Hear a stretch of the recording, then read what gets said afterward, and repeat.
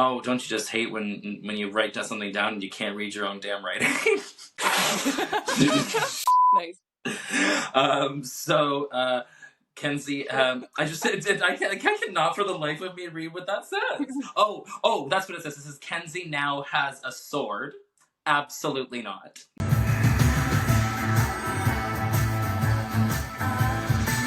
All right, hello everybody, and welcome to Lost Girl Rewatch with Scott and Stacie. I am Scott. This is Stacie. Usually I pause to say so she can be like, and this is Stacie, but the last 3 times I've done that, she's just been like. I feel like I just let you take it over.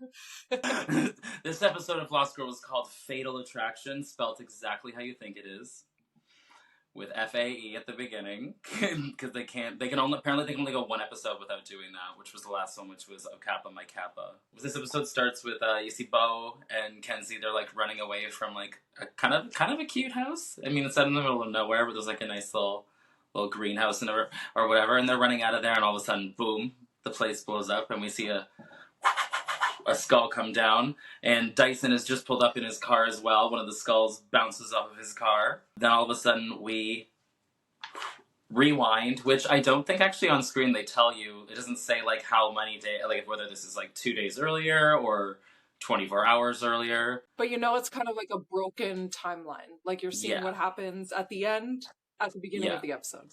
This is a pet peeve of mine in some TV shows, is when like you start off in like this really cool situation and then it goes 2 weeks earlier. I'm like, no. I was gonna ask how you feel about that. I was fine with it in this case because they kind of, without saying, because they didn't put a banner on saying like 2 weeks or whatever. It was like it happened without me realizing it. So I was like, oh, okay, I'm already in it. It's fine. So Bo is sleeping. This is after Bo walked in on the last episode with Dyson and with another girl in that bar. And Bo is in bed sleeping, and Kenzi's there with a popsicle. And then jumps on top of her and wakes her up and says, "Oh, are you all tired from having your doggy-style celebration?" I love this girl so much. I know. I love their relationship so much. This girl needs to be protected at all costs. Like that's the goal of this show as far as I'm concerned now. Like, sure, let Bo find out who she is, but like protect Kenzi. Bo is very clearly sad about the other woman, although she says she has the flu. And it was because Dyson says that they're only going to if she needs to heal. And that's the only way that they're going to do that. And she thought it was going to be more than that, because she was going to tell him like how she feels and all of that. Is this before or after Kenzi tries to stick a popsicle in Bo's ear? Right before. So this reminds me of this time that I slept over at your house, and you slept in later than I would have liked. So I tried to wake you up by banging a pot with a wooden spoon. So next time, I'm just gonna lick a popsicle and shove it in your ear. That would be a lot quieter. I'd never jumped out of bed so fast in my entire life. Like literally, like earthquakes have gotten me out of bed in like longer amounts of time. She does get out of bed, so you might want to try that next time. All right, a grape, please. Grape popsicle, please. Thank you. I'm gonna eat it after you do it. Okay, good to know. Also, one last pet peeve is Kenzi jumping on the bed with her shoes on.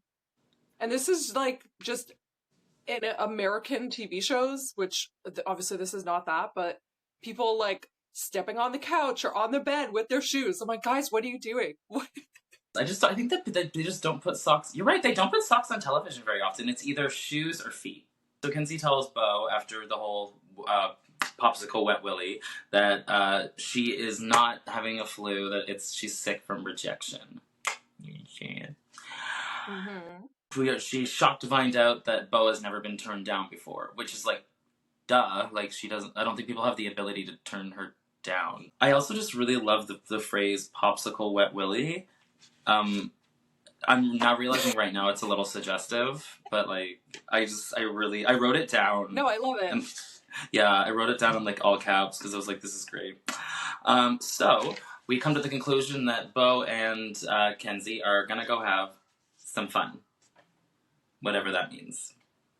Hopefully nobody dies. Bo says, "What's the worst that could happen?" Which is like Fatal last words.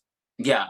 Fatal attraction. You see what I did there? Oh. So, we go to the cop station, where we don't know what Bo and Kenzi are doing yet, and Dyson is getting attitude from a perp who, like, that perp? So he was getting attitude from this perp, and then he decides to dislocate that perp's arm. He's acting more irritable than usual. Yeah. Which is already irritable to begin with. Yeah, but at least he did snap it back in. Like, he's not a monster. Well, I mean, anyway. And then after that, on his way out, Hale asks if he has fleas. It's funny because he's a dog. I didn't even pick up on that. I've been, like, finding... It comes up later as well. Like, at least so far, I have only found Hale to be annoying. Yeah. He says something later in this scene that, like, you're gonna be my wingman now because I'm always stuck with the ugly girl or whatever, and I'm like, Hale! Yeah, what? I was like, what? He has such an awful sense of humor. I know. Oh my god. I was like, which, like, awful person wrote this guy's dialogue? I'm just wondering if they just got one specific person to be like, okay, so you're the biggest asshole in the group. You're gonna write Hale's dialogue this episode, okay? Dyson storms out and we change scenes. And we are now back with Bo and Kenzi having fun, which it seems like Kenzi actually had a good idea. They went and found a trashed car in the middle of nowhere and decided to trash it further, which, you know, just... It's like those break rooms where you can, like, pay to walk into a room and, like, you can just smash stuff. There's, like, TVs and stuff in there. It's like Rage Room or something like that. Yes, that's basically what they do, yeah. Yes, yeah. No, honestly, I was like, there's clearly something to it. And even, like, the way the camera is angled from inside the car while Bo is breaking the windshield with the crowbar, like, it's so great. Oh, yeah, no, I love that, too, yeah. Which they would have had to do this scene in pretty much one take. Because, like, as the conversation's happening, she's breaking the car. You can't really undo that, so they definitely did that just in one take the first time. I don't really see how they could have done it any other way. Unless they had many cars. I would imagine that it probably wouldn't cost too much if the car's getting scrapped anyway. Bo says that she doesn't party, because Kenzi is suggesting that that's what they should do after this. And Bo's like, I don't really do that, because alcohol means losing control, and then that means somebody gonna die. Which, you know, is the party killer most of the time. I mean, unless it's, like, a murder mystery party. Somehow, in Kenzi's mind, we need to get Bo over Dyson. Let's go have drinks at that bar where Dyson always is all the time. Yeah, very logical. Yeah, that part, I actually didn't think of it that way. I actually only thought it was logical because it was like, and anywhere else she goes, somebody's gonna die. Which, like... It clearly doesn't matter where she goes, we find out later. Kenzi makes the point that it's better for her to be around her own kind, because they say, we're having girls' night, and Trick's like, here, at this bar. 6 shots later. Yeah, 6 shots later.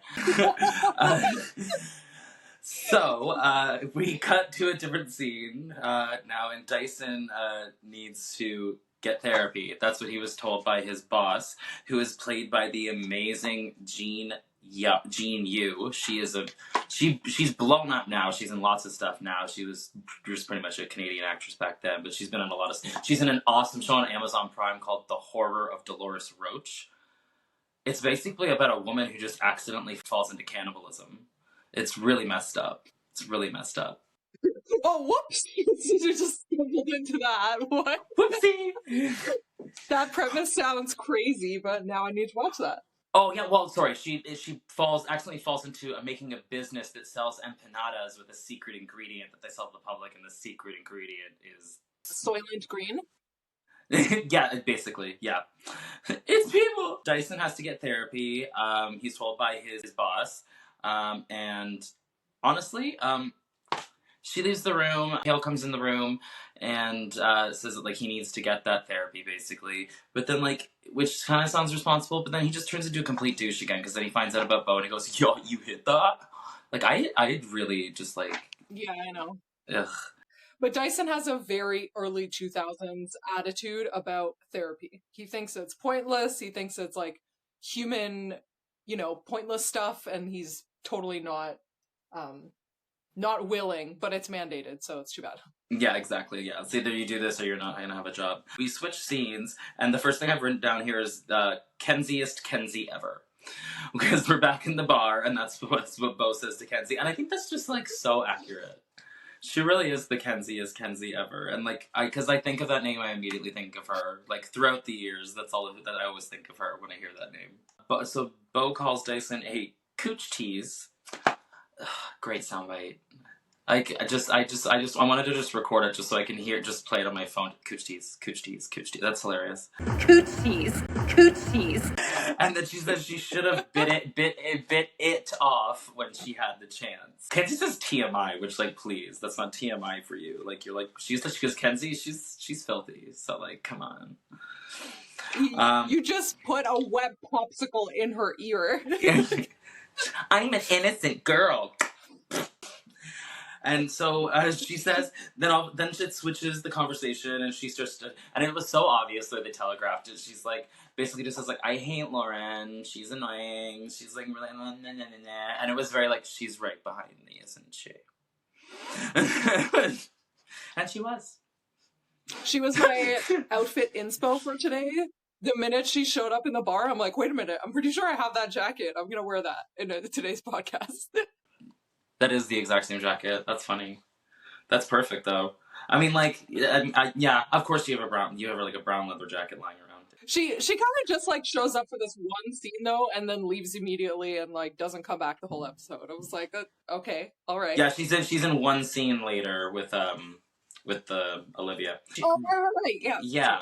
Yeah, so that happened. She says that, Bo probably shouldn't be drinking because we don't know the effects that has on a sassy little succubus.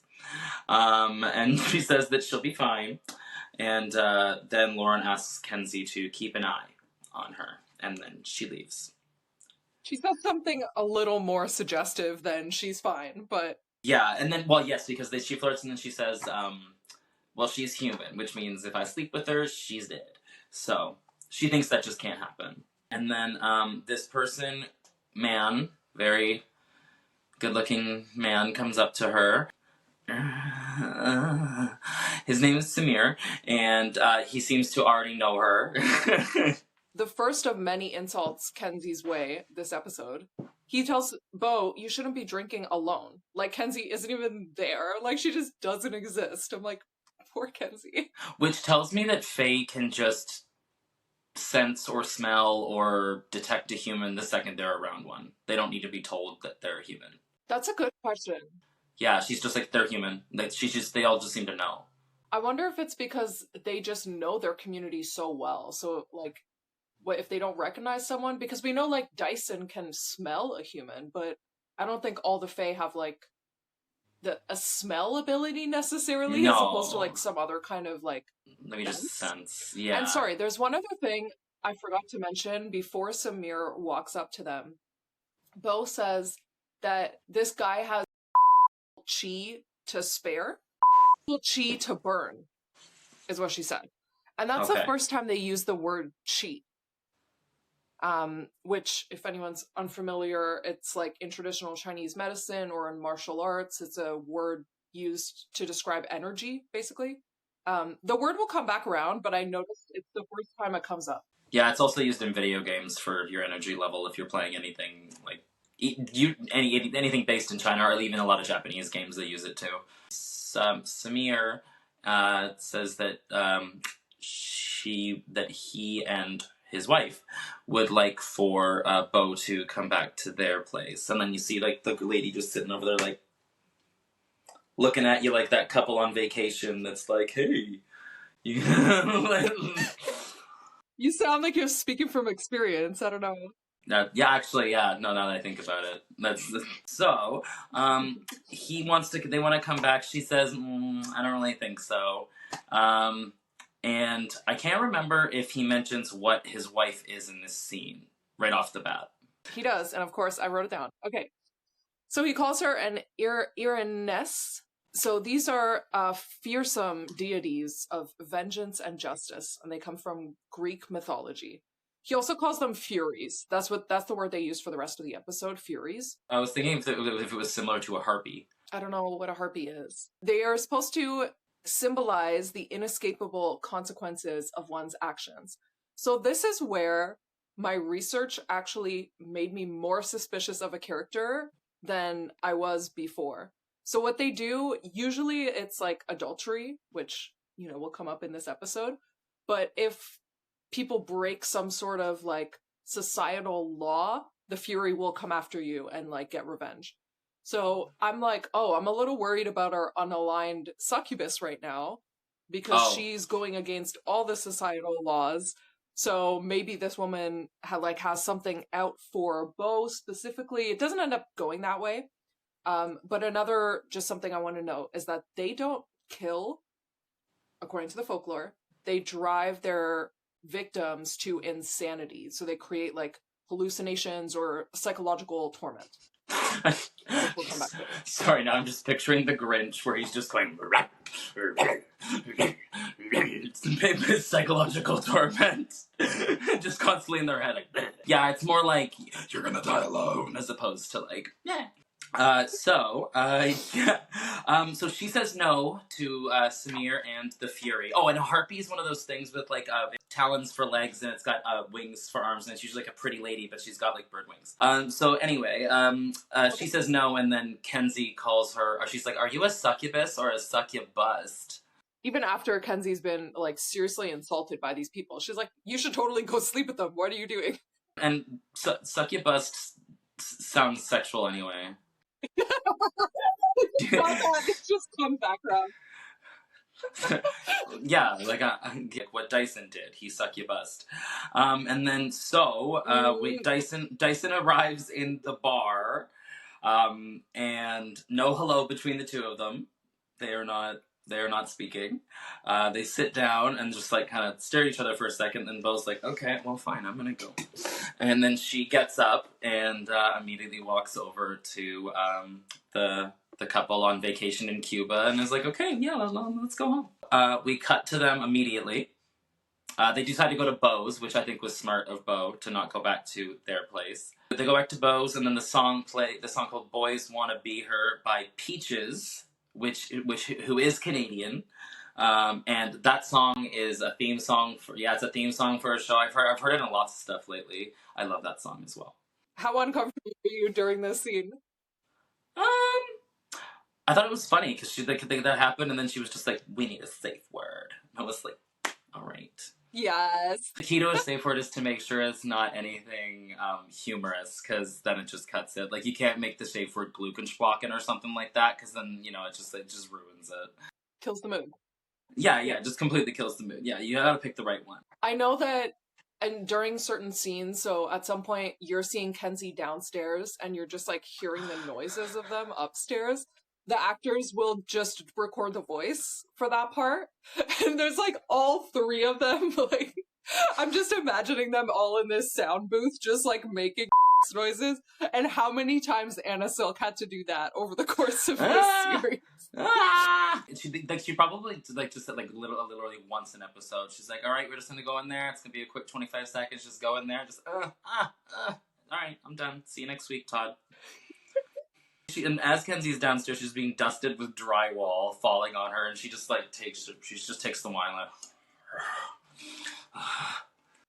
It won't be the last time. She asked for it. She literally asked for it, like in the literal sense. This was all her idea.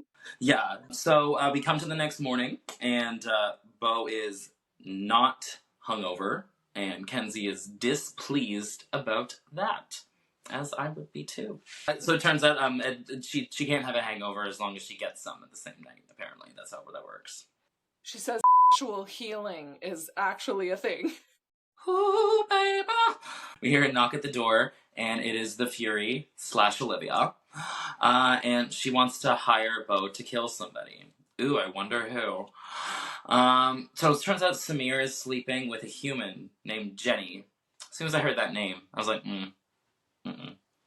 And then she uses a phrase in terms of because she's sleeping that Samir's sleeping with a human, and that she wasn't aware that he was shucking around, and they're like, what do you mean shucking around? And she's like, as if it is beneath them to have any sort of relation to a human. Yeah, I literally wrote that down too. I'm like, oysters? Yeah. Oh, shocking. Just like, okay, I did not get that. Oysters? Oysters? Does anyone even horseradish? So she said she's not mad that she's sleeping with them, that she's mad because they're allowed to do that. She's upset because it's a full-blown affair, or at least that's what she thinks. Because she found some love letters. It doesn't say whether they were back and forth or if they were only from her, but I'm getting the sense, based on later stuff, that they were only letters to him from her. Yes, but that would make sense because if he sent any letters to her, it would not be in his desk, right?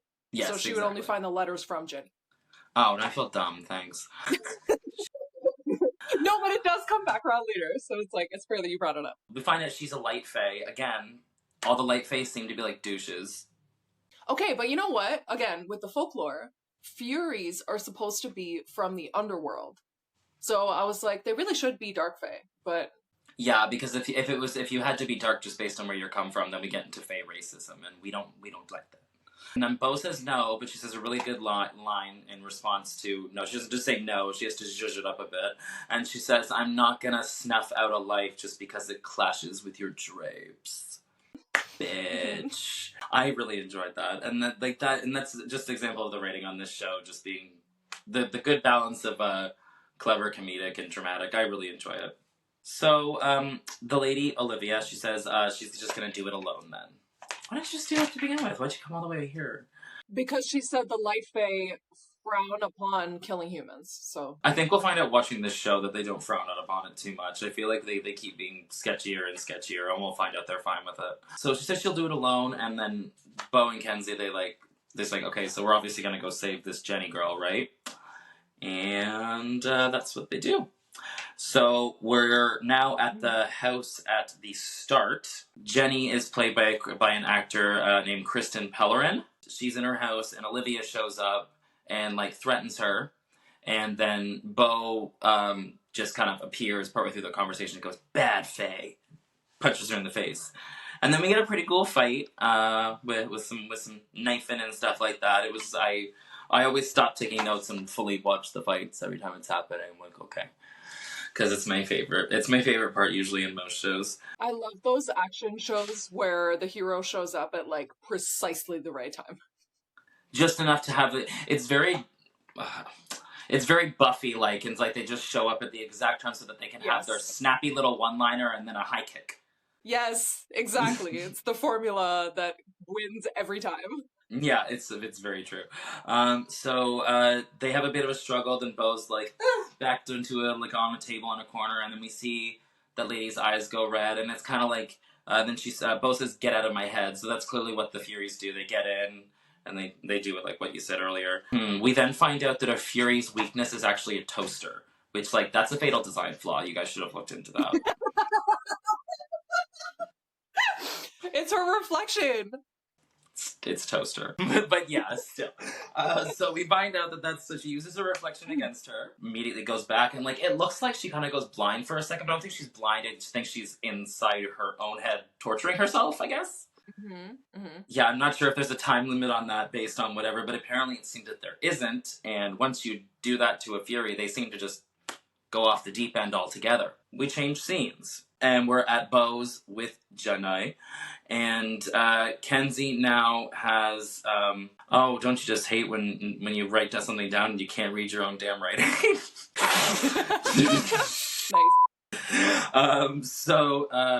Kenzi, I cannot for the life of me read what that says. Oh, that's what it says. It says Kenzi now has a sword. Absolutely not. She got it at a pawn shop.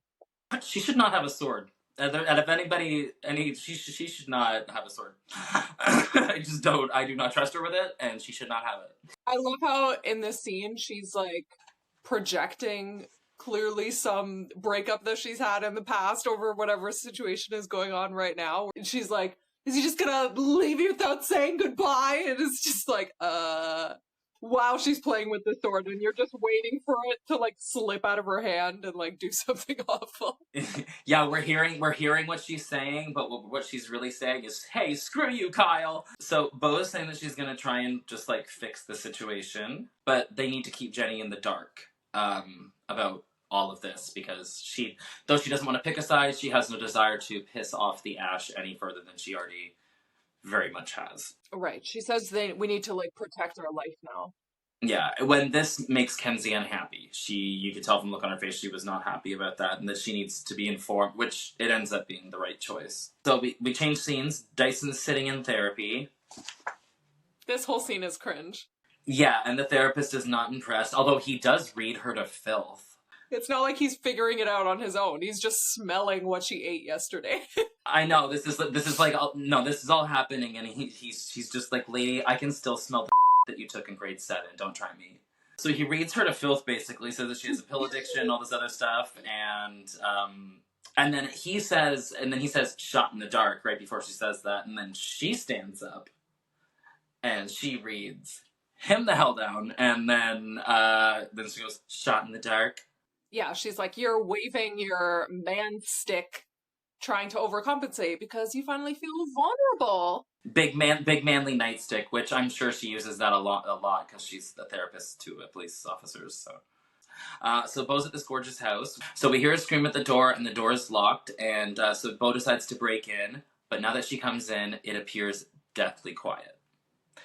We're gonna pause there and take a little ad break, just in case we need to, and we will be right back. Oh my god! Total 911! Goblins have stormed our kitchen and they are eating our sugar pops! Tell them the milk has gone bad.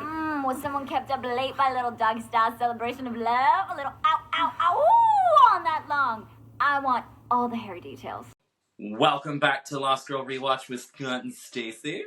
I'm Scott, that's Stacie. Or up here or over there, whichever direction she's gonna be in when she does this, or maybe down there if it's the phone posting. I'm not sure. We'll see. We get. I am everywhere. Stacie everywhere all at once. So we get in there, but the Fury pops out of nowhere. Olivia, she's in the house. She's very disheveled. She's got blood all over her, and then she calls her Beau a name. That we're not going to say, yeah. Yeah, a rude maiden name. And on the way out, she, just a little cut on Beau's hand. Beau is exploring the house, and she comes into this living room to a chair, and then she's looking at the chair, and she gets her phone, and she's like, Kenzi, call Dyson. People are really losing their heads. I was like, oh, God. Cool makeup effects, though.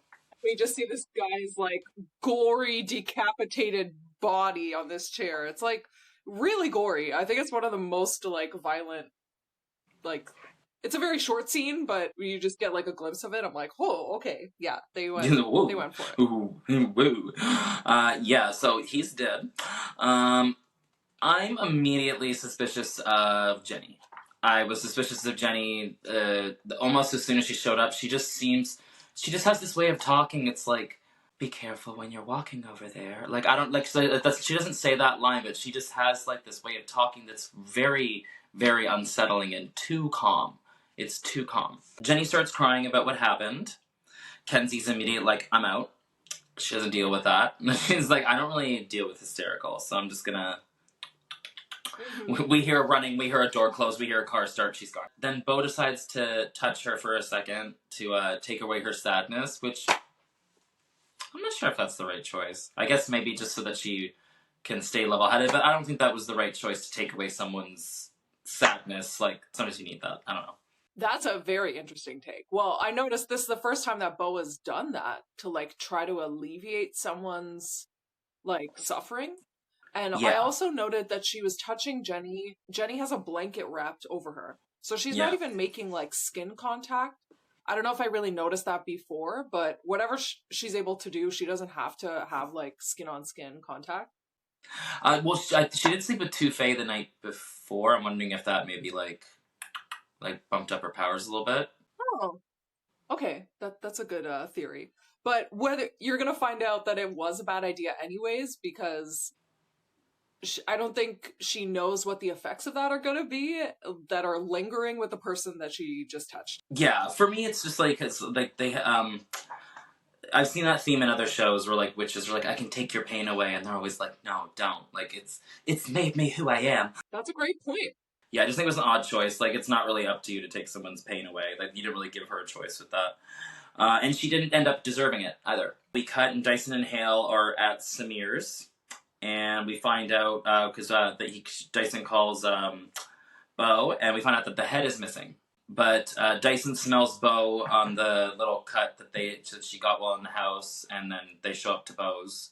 Hi, Bo, we are suspicious that you were at the scene of the crime. And she's like, oh, whoops, I just have Jenny up in my bedroom. Like, He explains that Furies always have sisters. 3 sisters. That's the folklore, too.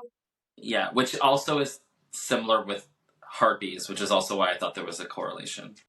Okay. Yeah, they all usually come in 3s. So there is an almost fight that happens when Dyson goes to the suburban lovely neighborhood of the Furies, which looked like it was like Mississauga or something. We actually get a name for the first time of what Hale is. They didn't say what he was until this episode. So yeah, Olivia's in the house with those 2 sisters. We find out, and we find out that she's completely gone nuts, and that Dyson reassures them that they can get her out of there safely to where they need her to be because they have a siren with them. Which I find interesting, because in folklore, sirens are usually female. Yeah, I forgot that this is the first time that they mentioned that. Yeah, not usually a douchey male cop that's a siren. That's a new one. That's new to the folklore. He's a very good actor, because he's like, clearly his job in those first few episodes, I think, is almost to be that. It's to be that. So like, he's doing his job perfectly, I think. I'm sure we'll have a better episode where we like really dive into it. I don't have anything prepared for today, but we'll come back to it at some point. And also, yeah, sirens are also usually like sea creatures too. So at least from most of the lore that I've seen. So as they're taking her out of the house with the That was so good. Oh, was it? Oh, cool. That was amazing. Oh, cool.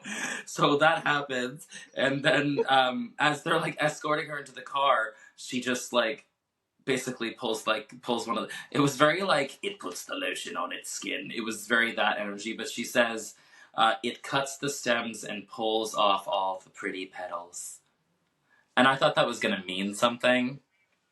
It didn't. You took note. Yeah, I took note of that, because I was like, that sounds like way too specific. This is what happens when you watch too many mystery shows. You're like, everything means something. Jenny's being weird again, because Bo goes upstairs and Jenny's like trying on her clothes, being like, I just wanted to see how it feels. You're just so confident and so pretty. Like, we can already tell, like, oh god. She might as well be brushing her hair 100 times and smearing her lipstick. It was just like very, very, it was so scary. And Bo tells her that, to be clear, not cruel, but clear, you staying here is temporary. And she's like, yeah, I know. Like, she's just got that head tilt psycho, like, thing going very well with her. Like, that actress is good. Because it's not supposed to be, like, immediately obvious, either. It's like, crazy on the down low. Yes. It's very good. So, she gets a call from Dyson, and Dyson says, you need to get your ass down here, because they have Olivia at the compound, and the Ash wants an explanation, so she needs to get her ass down there. And Bo tells Kenzi that she has to tell Jenny that her crush is not going to happen, and to let her down easy. When Bo touched Jenny, she actually made her have feelings for her. But you'll also find, I'm sure we'll get to it at the end, like the conclusion, that Jenny's obsessive to begin with, and like having succubus energy was not helping that situation. No, not at all. That's what I mean. Like, we find out later, like, that's like she was already predisposed to it. Like, she just ended up turning her up to 11, basically. We cut to the compound, and the Fury / Olivia is with Lauren, Ash, and Dyson and Bo. And Lauren is doing the thing that doctor actors do. They put flashlights in people's eyes. Tells them something. We don't know what it is, but it tells them something. She says to Bo that the Fury's mind is in a death spiral. Girl, been there. Bo tells them what happened, and she does tell the truth. She says everything that happened, like the sequence of events that we witnessed as well. And Olivia turns to Bo and says that she did not kill her husband, and that she is innocent. And I immediately believed her. Until she follows that line up with, like, I ate his brains in a tarragon sauce and he would not die. Like, she's clearly rambling nonsense because she's, like, had a mental break at this point, right? But that one line where she's like, I didn't kill my husband, it was like, you almost saw, like, the original Olivia coming through in that moment, and you're like, oh, that's truthful, but okay, she's also lost her mind. A tarragon sauce. I just gotta say, like, the actress in this moment, when she's, like, lying on the bed and, like, having her mental break and then having a seizure, like, she is so good. She's so convincing. She would be a really good, like, exorcism kind of movie. Like, she's so good at it. Yeah, so she says she's innocent, and the Ash is PO'd that Bo decided to side with a human over a Fae. As if no matter what the situation, no matter what morality attached to it, you should always just side with the Fae. Are you good or not, sir? I think we know the answer to that already. Ugh. And then there's, like, a big, sort of, like, really big tremor thing happening with her, and then she just flatlines, and Olivia passes away. Bo is now under close scrutiny, says the Ash, which we already thought she was before, so... When is she not? Yeah, exactly. We then switch scenes. I love when this was so funny. We then switch scenes, and Kenzi and Jenny are eating pizza. And she's like, sorry about the peppers on the pizza. She's like, yeah, even though I told you about it seconds before you ordered it. Asked for no peppers, got peppers. This was when I was sure that Jenny was the villain. This is when I was positive. Okay, so Scott, I need to ask you, what is your favorite, but, like, unpopular pizza topping?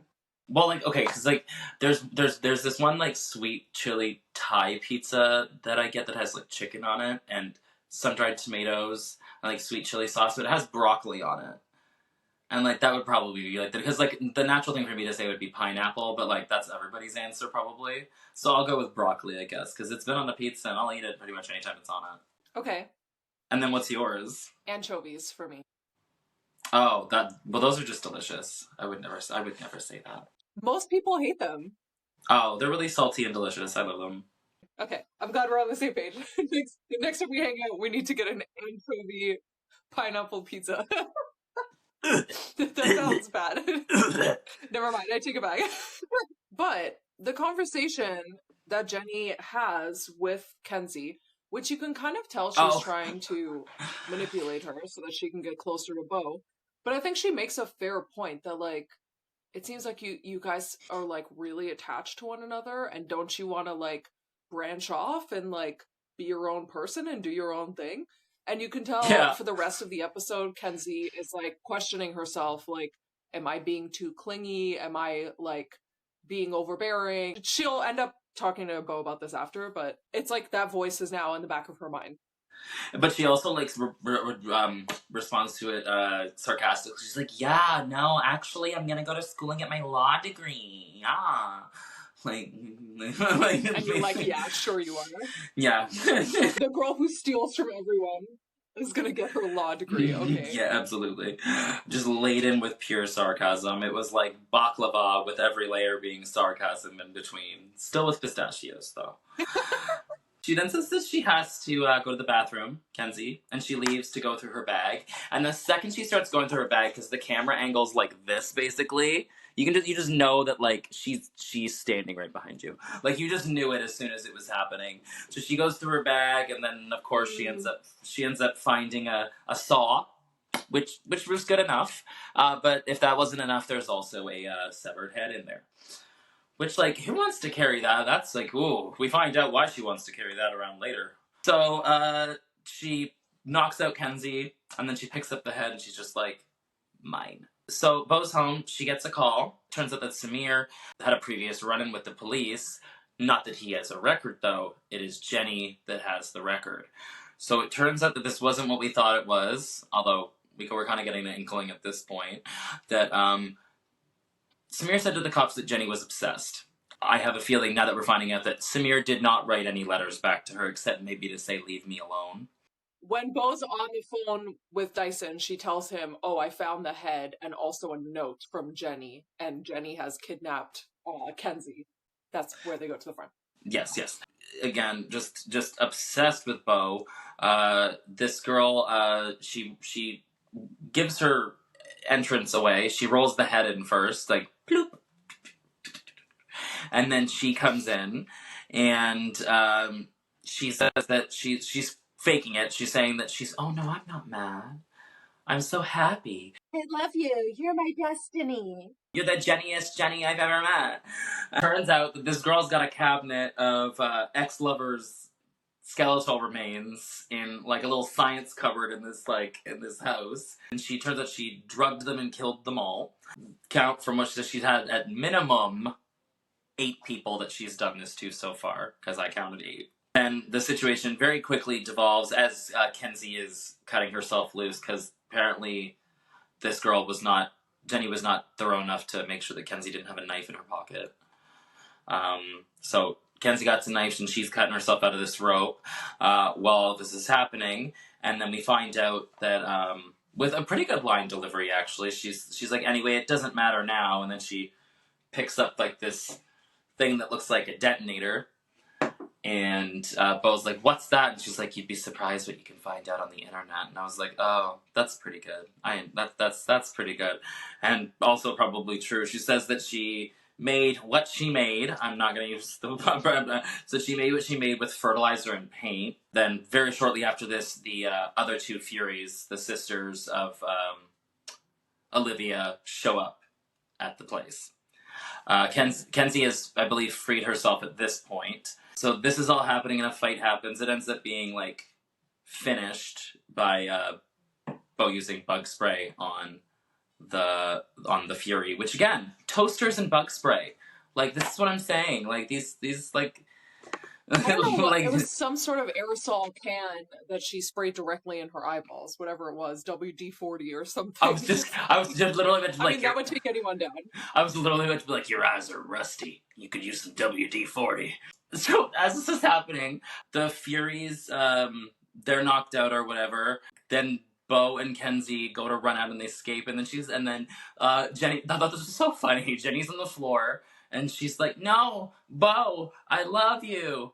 Come back, you bitch. It was just like, oh, quick switch, okay. It's like those dudes on Facebook, they're like, hey, and you don't answer them for 6 months? Hey, whatever, I didn't want to talk to you anyway, you're ugly. Yeah, so now we're back at the beginning. They're running out of the place goes kaboom, and we have the skull. I guess some people just don't take rejection very well. Again, so Buffy, you gotta get those one-liners in. Yes, and also how it loops back to how Beau is feeling throughout this whole episode. Okay, So now I have to just, like, lay it down. I was so frustrated with this ending because I thought that Jenny was made psychologically tormented by these Furies, but it turns out she was just a psychotic human who has murdered people, men presumably, in the past. Like, I thought they were gonna bring it back to the Furies and, like, someone did this to her, but, like, no, she's just crazy. I don't know, it just really bothered me, because it's just, like, the crazy woman trope, I guess. Like, it just seemed, like, kind of not inspired. I don't know. Yeah, if the show was called Woke Girl, this never would have happened. What? because nowadays in shows, if someone was, like, crazy, they would, like, rehabilitate them, and they probably wouldn't even use the word crazy nowadays. Like, that's what I'm saying. Like, it was not very 2020s of them. Well, she was like a obsessive serial killer. And also, Olivia mentioned that at the beginning, when she was trying to hire Beau, that she was like the florist at some event or something. Yeah. So she's a florist, but she's also a serial killer. Like, where does she find the time to do that? I don't think being a florist takes up that much of your time. Like, you're up at 5 a.m., but I think you're done by, like, 3, so I'm sure she'd be fine. I'm making a lot of assumptions. We are now at the bar, and this is where Kenzi expresses that she's worried that she's too clingy, and this tugged on my heartstrings. She's like, I'm not like that, am I? This was my favorite part about the show kind of coming back around, because Kenzi's starting to grapple with her identity of like being the one human in this world full of Fae who like barely even recognizes her existence. Yeah. She's always just like underestimated and in the background. Yeah. So that was the part that kind of redeemed this episode for me. So, because I remember saying last episode, I did like this episode slightly more than the last episode. Although I really enjoyed the part about the mythology where he goes straight for the butthole. I've reposted that clip so many times. She says that she's worried that she's too clingy, and Bo says, "You make me want to be a better Fae," and it's like, but also really, really cute. So cute. Yeah. Dyson shows up, and they go aside for like a little conversation, and Dyson tells her that because Bo's worried that like the Ash is pissed about what happened, but Dyson has covered for Bo by saying that they both showed up there at the same time and it had already happened, and like the Furies were already dead, which like I'm sure the Ash isn't stupid. I'm sure lying to him doesn't go very well for anybody. So right as like Bo's leaving to go have this conversation with Dyson though, Kenzi goes to like get up and Trick's like because it turns out apparently she stole some sort of very special booze to him, which doesn't lead to anything. He's just like, how about you stay here and I tell you a very long, boring story about how important that booze was to me and why you need to bring it back to me right now. You have a good old-fashioned lesson. And there's nothing worse than a lesson when you're drinking. It's cute though, because you can tell that like, I think both Dyson and Trick have a soft spot for Kenzi, even if they can't figure out why yet, but... And they're getting a rapport. Yes, exactly, and that's starting to build at this point. You can tell that at this point, like, Trick's just kind of been waiting around for this prophecy to happen, and I think he's become, like, really cynical and also very focused on that. And now he's realizing that, like, there's real people involved in this. And I think that he's going to end up being, like, a lot more softened to that. Bo says that Dyson is right. You shouldn't have a relationship with basically someone that you work with, because basically she's just like, you're essentially my colleague at this point. She's saying that like you shouldn't mix those two things. But then 2 seconds later, Dyson's like, yeah, that's what I was just saying, but like, you know, like anytime you want to bang, like I'm still here. You can tell this is not gonna stick. She even uses the word friends with benefits. Okay. Mm-hmm. And that they can just, you know, have it for fun, too. And then she says, do you want to go back to my place or yours? Do you want to get friendly at my place or yours?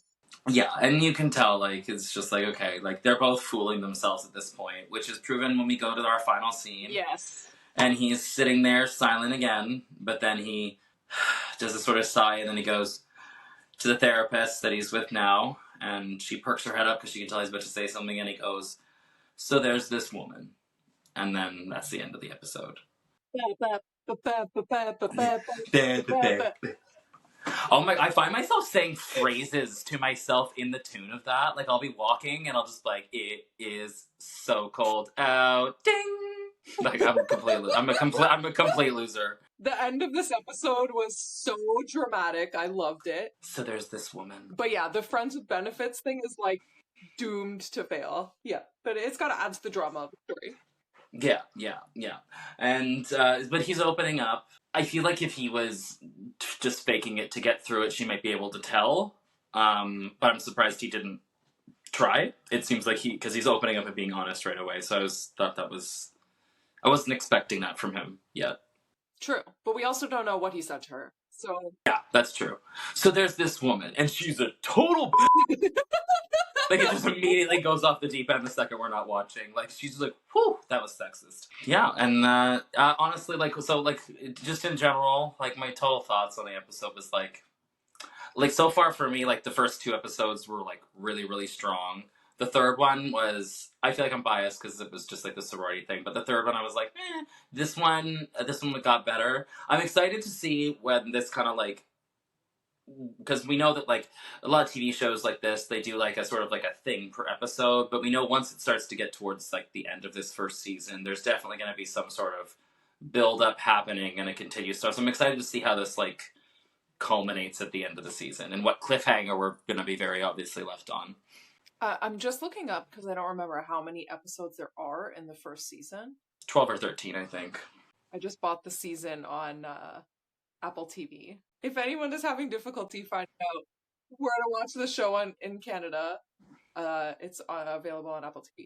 13 episodes on season 1. No. They give them so many more episodes after the first season. Like, all the way until the final season. It's like, they really load them up, yeah. Yeah, because bear in mind, they recorded this whole first season, and they don't know that it's going to become a cult classic very soon. But we're not even close to halfway through season 1 yet, so there's still a lot of things to unfold. And you don't remember any of it, so I'm very excited. No, not at all. Like I remember. I guess it's just because it's the most recent, but like I remember like the actor that like plays one of her parents, and I remember like ish how that goes, but like towards the end of the show. But like that's pretty much like where it stops. I just know that seasons like 2, 3, and 4 are gonna be complete. I have no idea what's going on. Oh, I can't wait! I cannot wait! It's gonna be so much fun.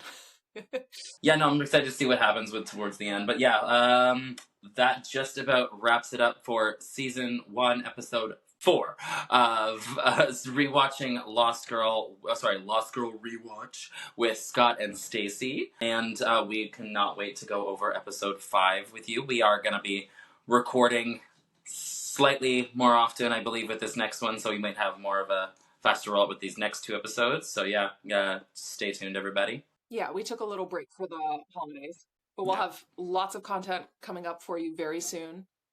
Thank you guys so much for watching, and we'll see you in the next one. Yeah. Bye, everybody.